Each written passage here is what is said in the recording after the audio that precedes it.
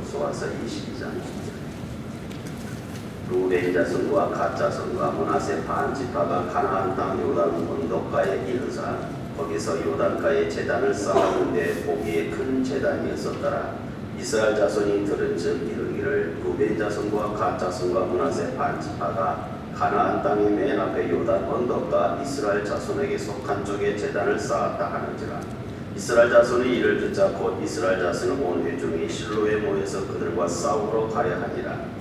이스라엘 자손의 제사장 엘르아살은 비누아스를 길르아 땅으로 보내어 루벤 자손과 갓 자손과 므낫세 반 지파를 보게 하되 이스라엘 각 지파에서 한 지도자식 10 지도자식을 그와 함께 하게 하니 그들은 각기 그들의 조상들의 가문의 수령으로서 이스라엘 중에서 천부장이더라. 그들이 길르아 땅에 이르러 루벤 자손과 갓 자손과 므낫세 반 지파에게 나아가서 그들에게 말하여 이르되 여호와의 온 회중이 말하기를 너희가 어찌하여 이스라엘 하나님께 범죄하여 오늘 여호와를 따르는 데서 돌이서서 너희를 위하여 제단을 쌓아 너희가 오늘 여호와께 거역하고자 하느냐. 부올의 죄악으로 말미암아 여호와 회중이 재앙이 내렸으나 오늘까지 우리가 이 죄에서 정결함을 받지 못하였거늘 그 죄악이 우리에게 부족하여서 오늘 너희가 돌이켜 여호와를 따르지 아니하려고 하느냐. 너희가 오늘 여호와를 배역하면 내일은 그가 이스라엘 온 회중에게 진노하시리라.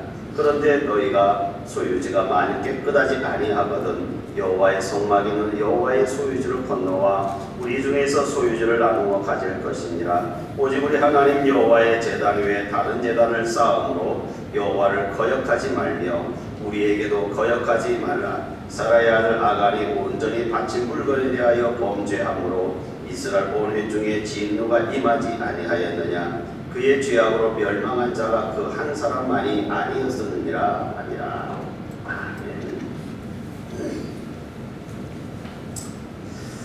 이 와레스카에 실제로 있었던 이야기 중에 하나가요. 어느 부부가 살다가 이제 엄마가 애를 낳다가 출혈이 너무 심해서 세상을 떠나게 되고 아이는 건강하게 태어나게 됩니다. 그런데 이 아빠 입장에서 이 어린아이를 키우기가 힘들어서 유모를 구하고 어렵게 해서 하려고 했는데 유모가 마땅치가 않은 거죠. 그래서 직장을 잠시 그만두고 아이 육아에 매달리게 됩니다. 그리고 이제 아이가 젖을 떼고 어느 정도 이제 밥을 먹을 아이가 되어서 이제 어쩔 수 없이 직장 생활을 다시 할 수밖에 없는 상황이 되어서 유모를 구하지 못하게 되어서 이제 유모처럼 돌볼 이 반려견을 하나 구하게 됩니다. 그래서 아주 듬직한 개를 하나 구했는데 이 개가 이 아이를 아주 잘 돌봐주는 거죠. 생각보다 똑똑했던 거죠. 그 남자는 안심하고 직장 출근을 하게 되는 거죠. 유출을 하게 됩니다. 그날따라 직장을 출근하게 되었는데 회사에 일이 있어서 일이 빨리 끝나지를 않습니다. 그래서 늦게 와서 정신없이 달려온 거죠. 달려와서 이제 문을 열고 들어가는데 이 개가 먼저 와서 반려견이 꼬리를 흔들면서 반겨줍니다. 그런데 순간 놀란 것은 이 개의 온몸에 피가 막 묻어있는 거예요. 그렇게 되니까 온몸의 개의 몸에 피가 묻어있는 걸 보고 이 주인 입장에서는 이거 뭔 일 났구나 생각될 수밖에 없죠. 순간적으로 아이가 잘못되었다라고 생각이 드는 거죠. 이 개가 아이를 돌보는 게 아니라 아이를 해쳤구나라는 생각이 듭니다. 화가 나는 거죠. 그래서 총을 갖다가 이 개를 쏘아 죽입니다. 탕 소리가 나니까 탕 소리가 나와 총소리가 더불어서 아이의 울음소리가 나는 거예요. 아이가 해코지 당한 줄 알았더니 아이가 침대 한 구석에 있다가 아이가 기어나오는 거예요. 순간 이 주인이 실수했구나. 나가서 보니까 이 개는 이미 죽었고 이 개를 보니까 여기저기에 다른 짐승에게 찢긴 모습이 보여지는 거죠. 보니까 늑대가 한 마리가 죽어있는 거죠. 이 개가 이 아이를 돌보기 위해서 늑대와 사토를 벌이고 결국 아이를 지켜낸 거죠. 주인은 이 상황을 모르는 거죠.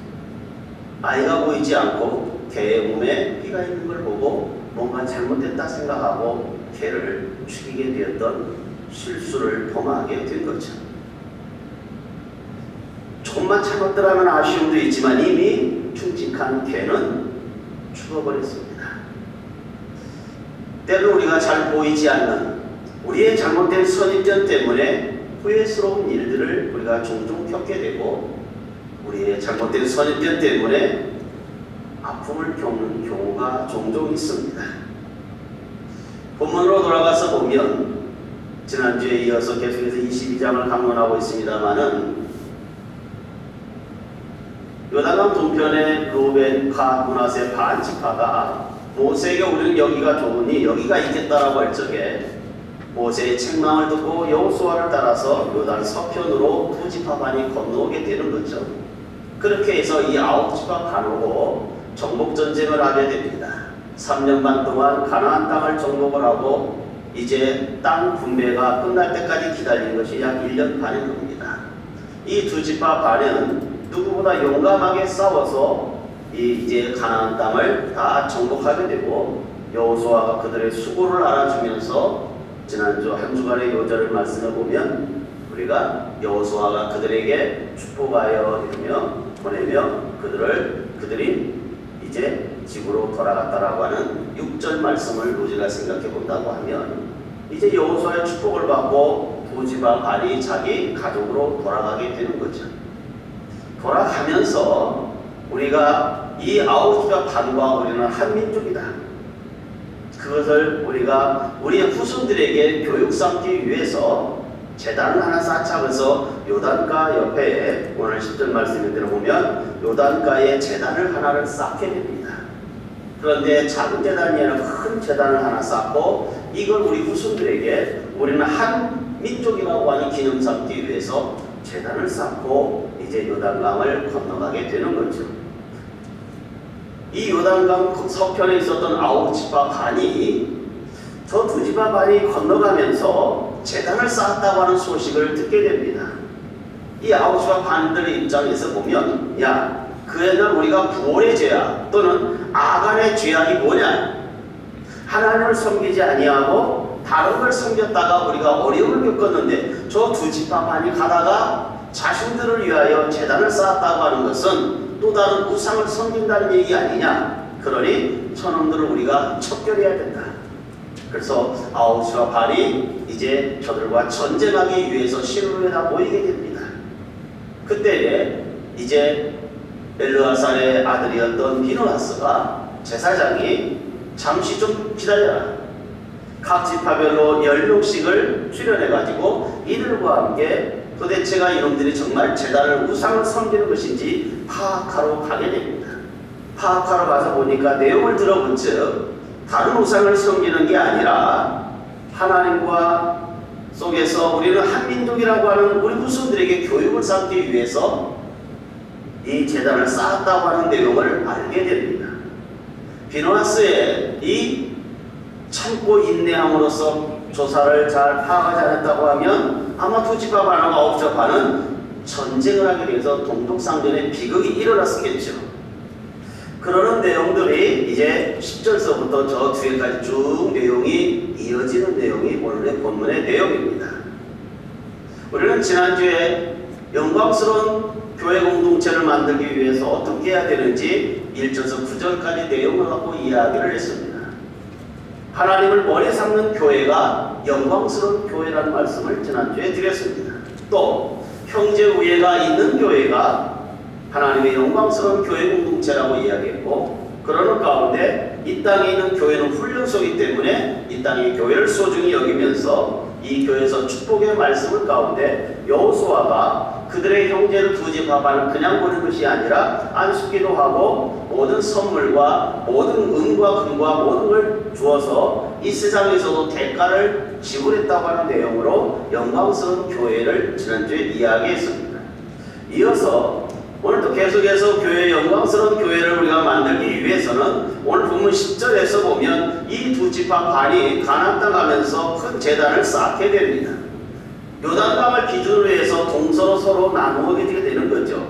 두 지파 반은 동쪽에 나머지 9지파 반은 서쪽에 그런데 이게 이제 교육용이라고 해서 재단을 쌓아놓긴 했지만 이것이 자칫 오해가 되어져서 이 서로 간에 갈등이 될 수 있었던 내용이 있습니다.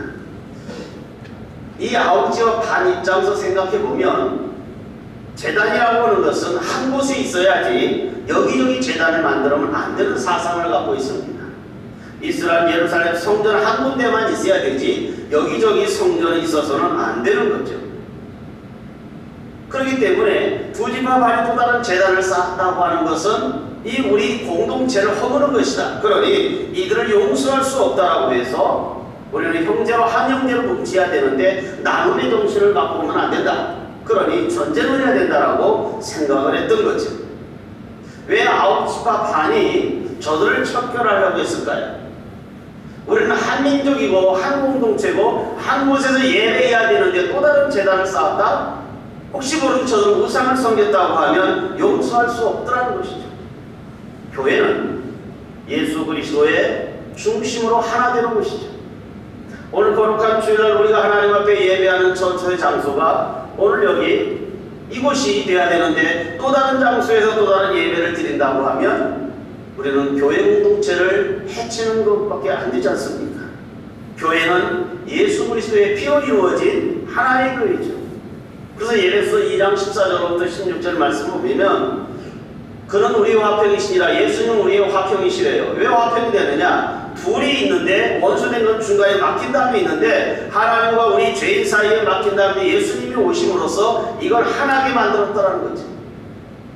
그래서 16절 가서 보십시오. 주님 뭐라고 얘기합니까? 십자가로 예수 십자가의 죽음으로 말미암아서 하나님과 우리 죄인 사이에 하나로 만드신 거라는 거예요. 이게 바로 예수 그리스도라는 거예요. 그래서 예수 그리스도가 우리가 화목되게 만들었다. 하나가 되게 만들었다는 거예요. 그러니 한 예수님 모시고 우리가 살아야 되지 또 다른 예수를 섬길 수 없는 거 아니냐는 얘기죠. 여러분, 하나님의 초원교회가 예수의 십자가로 하나 되는 것이지 또 다른 것을 섬긴다고 하면 그건 또 다른 사상으로 가는 이단이 될 수밖에 없는 거죠.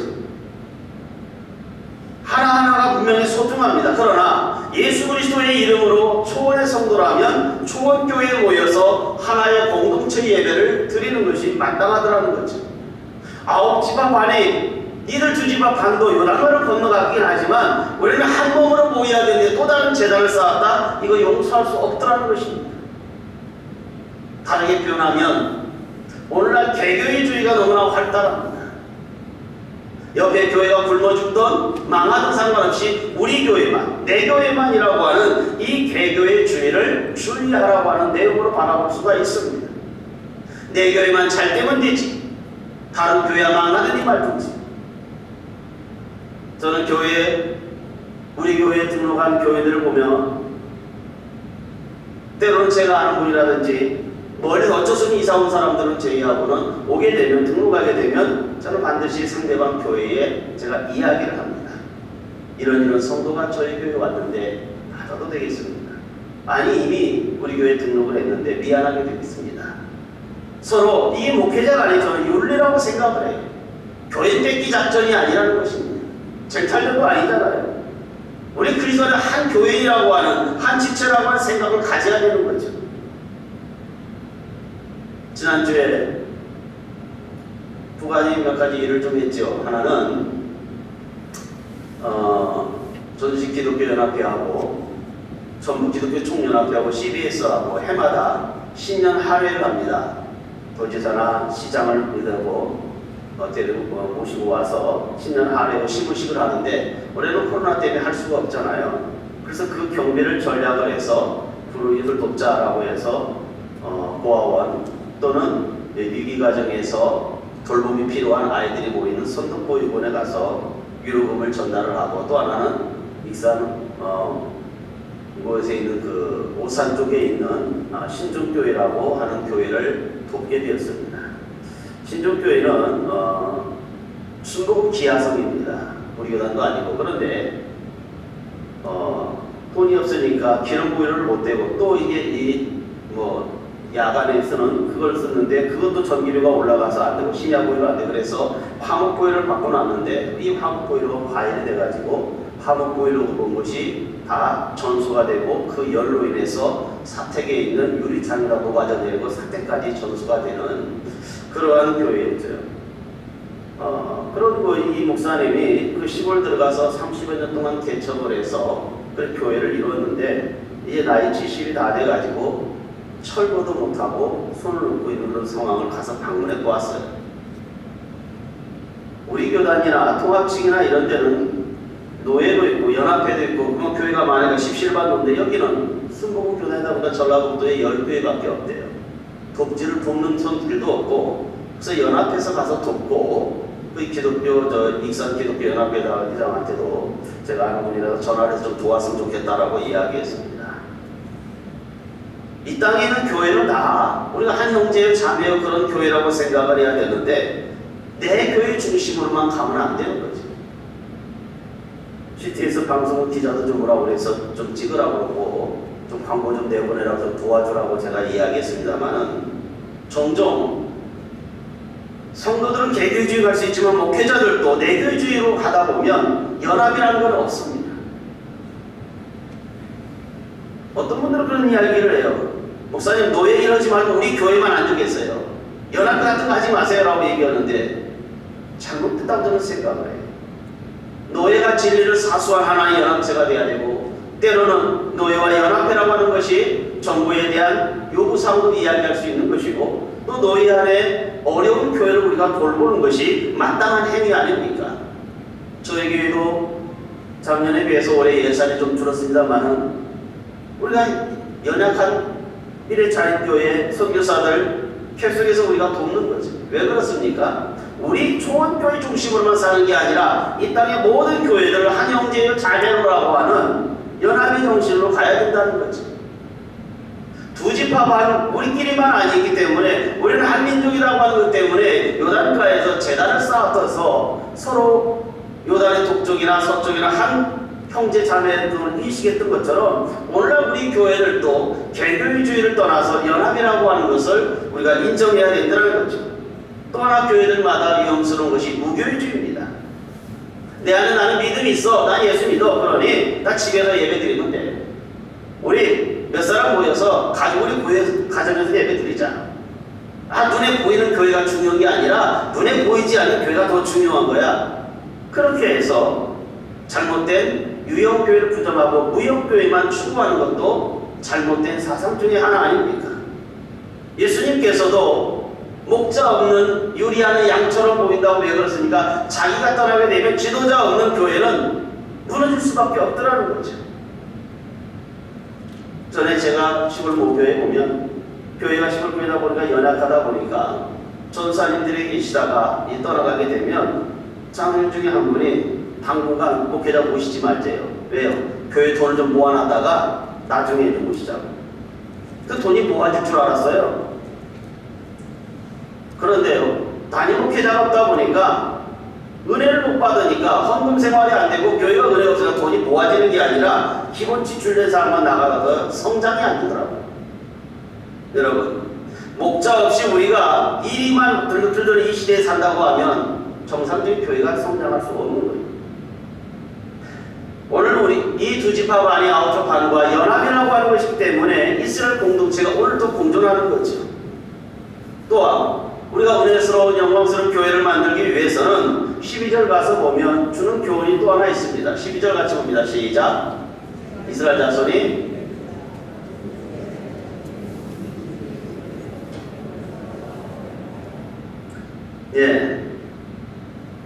인간적인 부족한 면을 여기서 발견합니다. 저들이 재단을 쌓았다고 하니 좀 알아보자라고 하기 전에 뭐 했습니까? 이를 듣자 곧 생각도 안 했다는 거예요.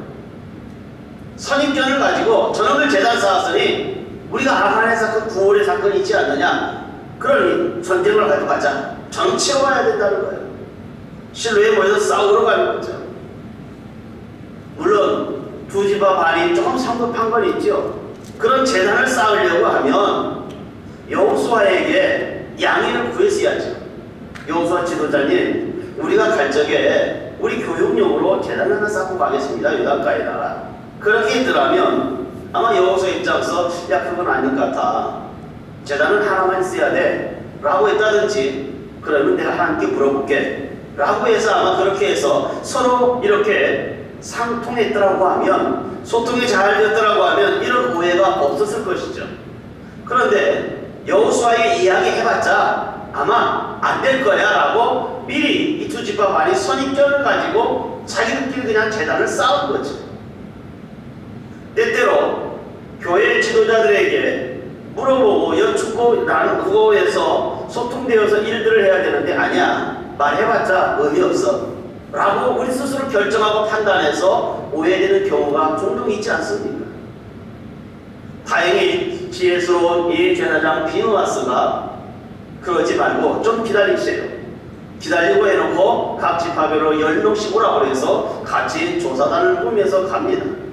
조사단을 꾸미고 가서 보니까, 가서 이야기를 들어보니까 내용이 있죠? 아니에요. 전쟁할 만한 상황도 아니고 잠시 오해가 됐었던 것이죠. 인격적으로 합리적인 생각하는 사람이 교회에는 있어야 된다는 거지. 종종 교회가 왜 분쟁이 나고 갈등이 왜 생깁니까? 내 생각과 내 판단으로 이미 선입견을 가지고 결정해버리는 거죠.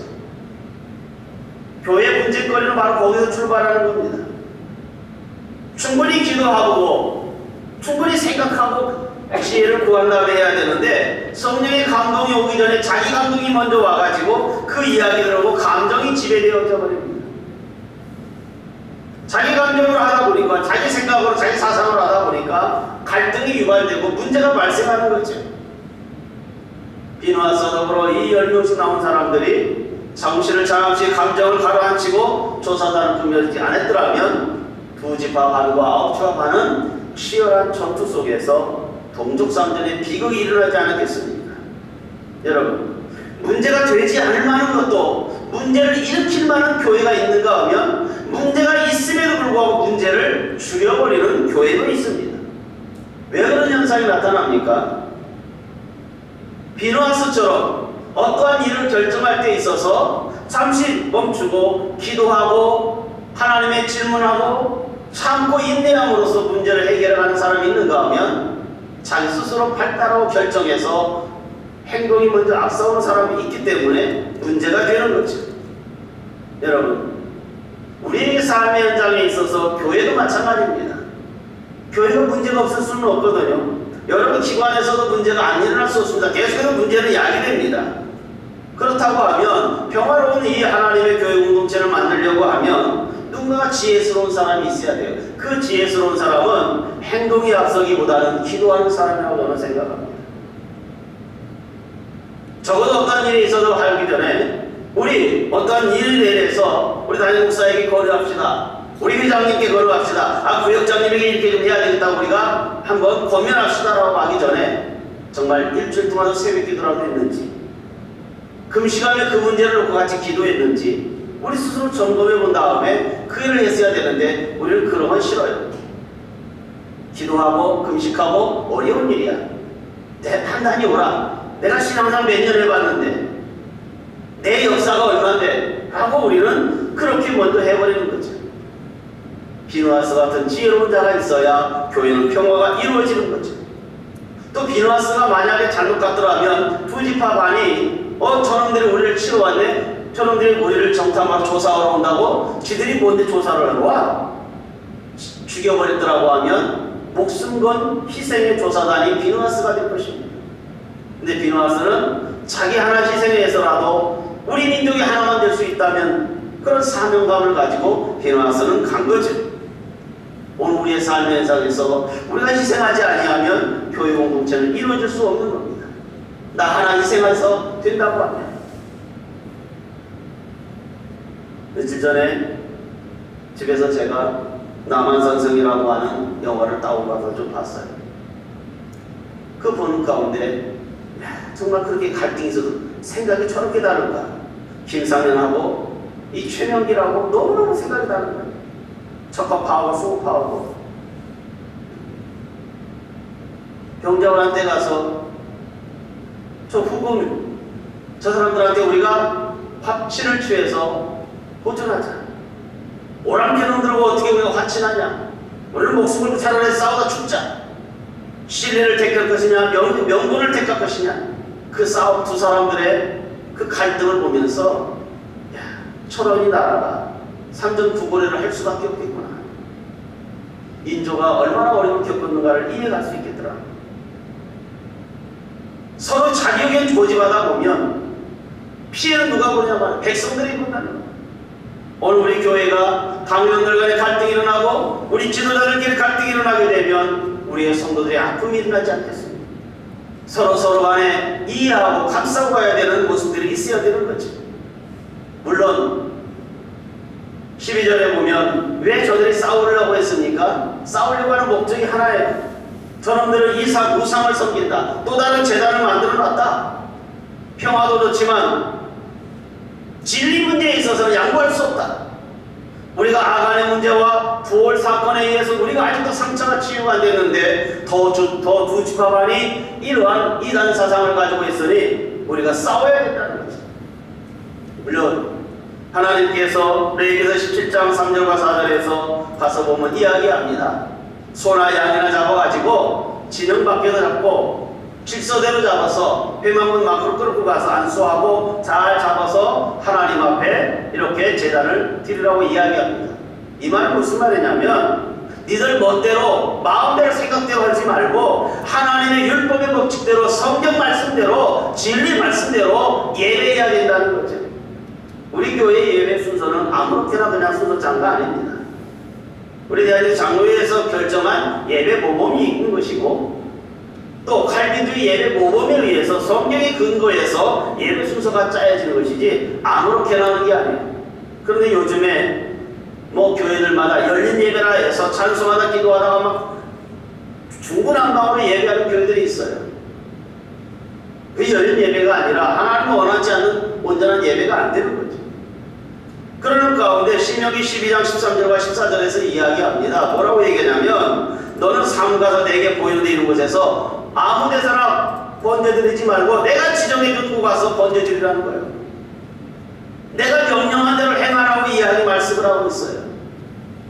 아무데도 다 하나님 안에 계신 하나님, 그러니 아무도 예배할 수 있죠. 그러나 왜 초원교회 여기다가 세워놓고 여기를 하나님이 포커스를 맞출까요? 주님의 임재 여기에 하겠다는 거예요. 이 장소가 하나님의 임재성이 있더라는 거예요.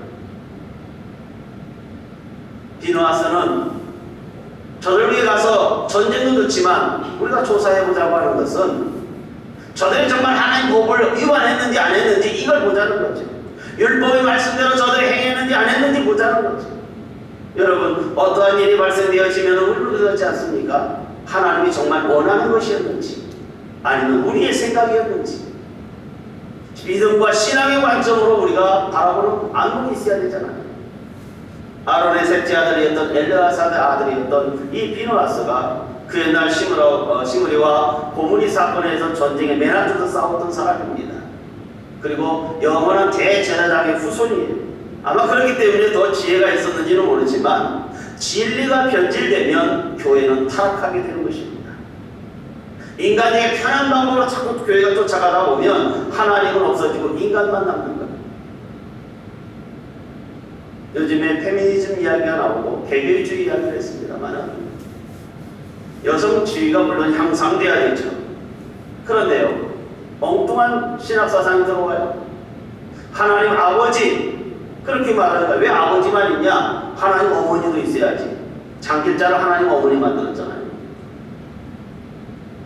여러분, 남성 위주의 교회가 돼서는 안 된다.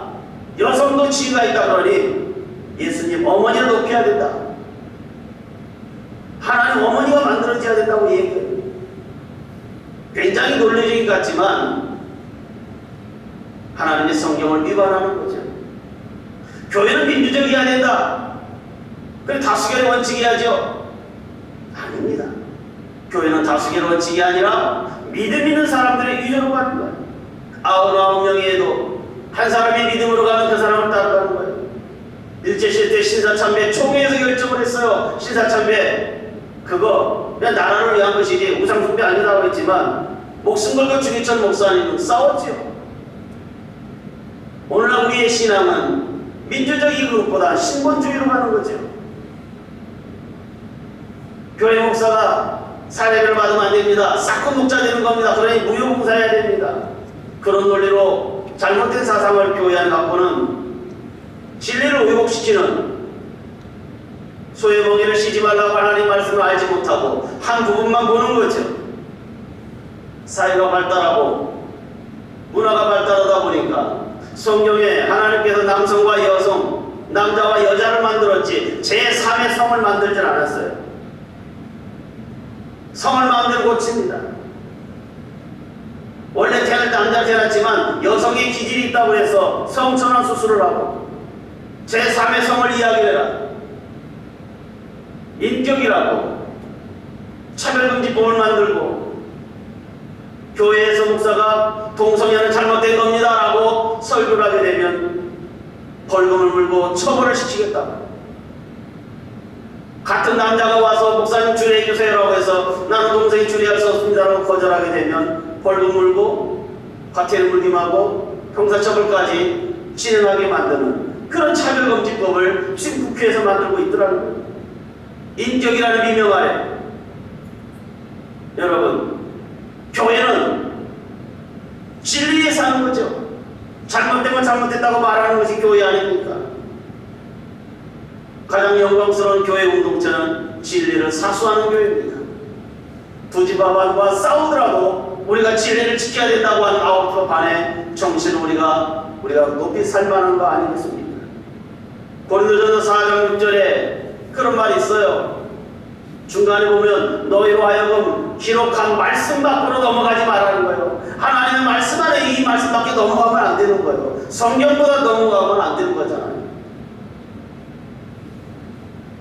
교회 안에 이미 기독론, 성령론, 삼위일체론 이미 논쟁이 다 끝난 얘기예요. 그걸 새삼스럽게 이야기할 필요는 없는 거예요.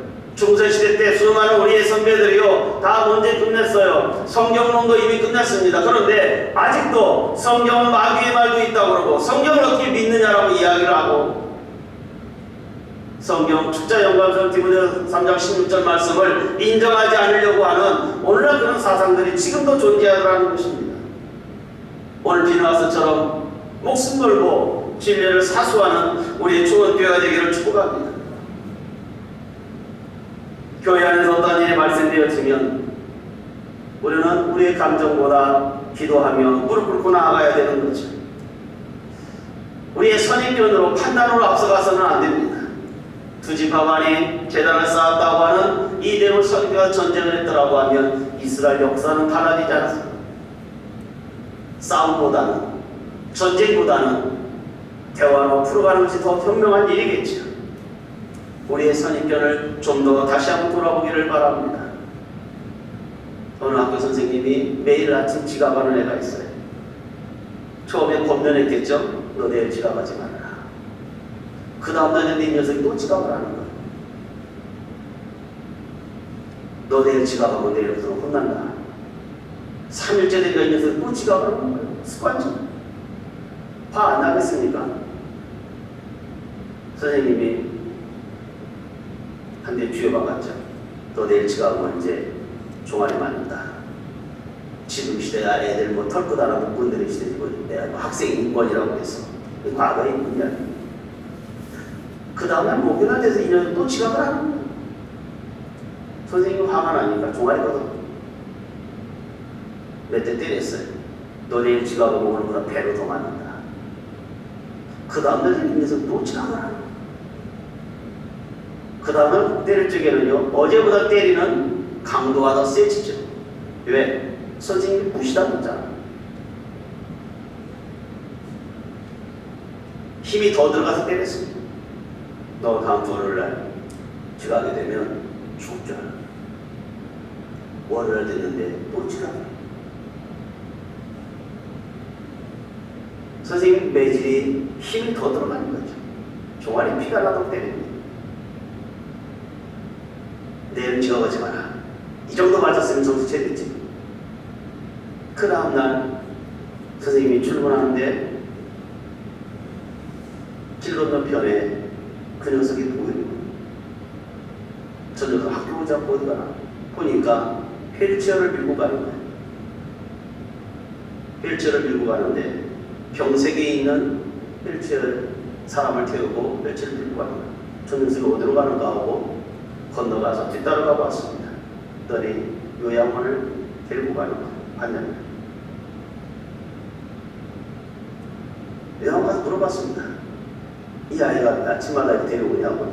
예, 간에 아빠인데 우리가 주가 문 여는 시간이 있어서 일찍 오면 안 되고 그 시간에 가갖고 와야 된다고. 이 아이는 가족이라고는 아버지 하나예요. 이 아버지 자기 학교 가게 되면 돌볼 사람이 없으니까 요양원에다가 아침마다 휠체어를 태우고 요양원 데려다 드려요. 근데 요양원 문 여는 시간이 있으니까 일찍 갈 수가 없어요. 그 시간에 맞춰갈 수밖에 없어요. 아버지를 요양원 데려다 놓고 죽으라고 뛰어오는 거예요. 100m 달리기 하는 식으로. 그렇게 열심히 뛰어와도 학교에 지각 시간이 날마다 아무리 뛰어와도 안 되는 거예요.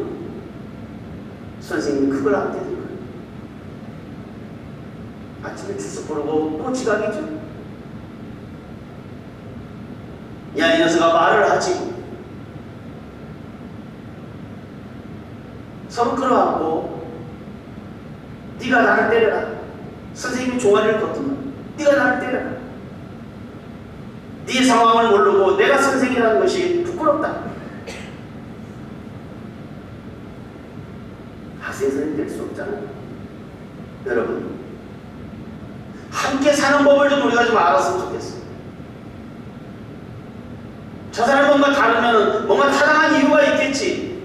우리의 선입견으로 생각하지 말고 저 사람 마음 얼마나 아플까.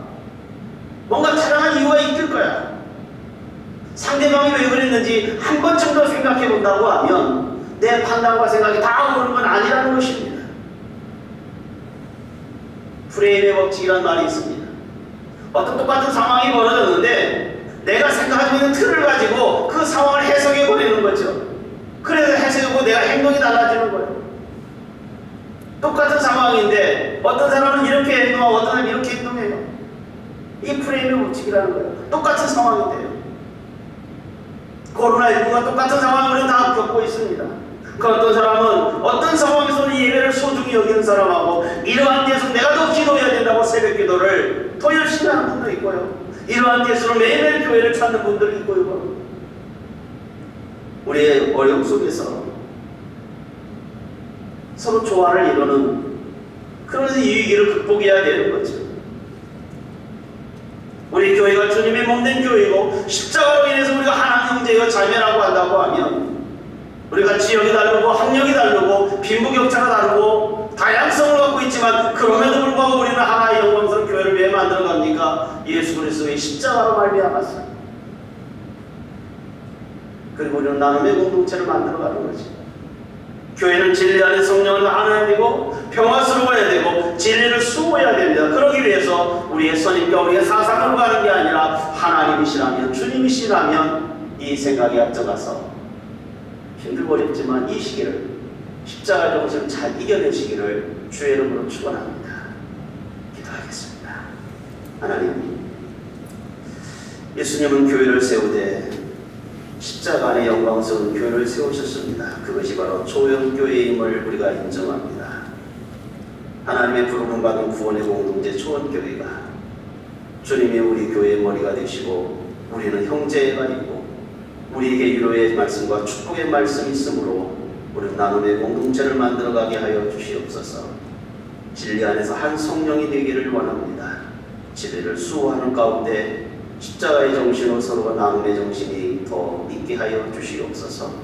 예수님의 이름으로 기도하옵나이다.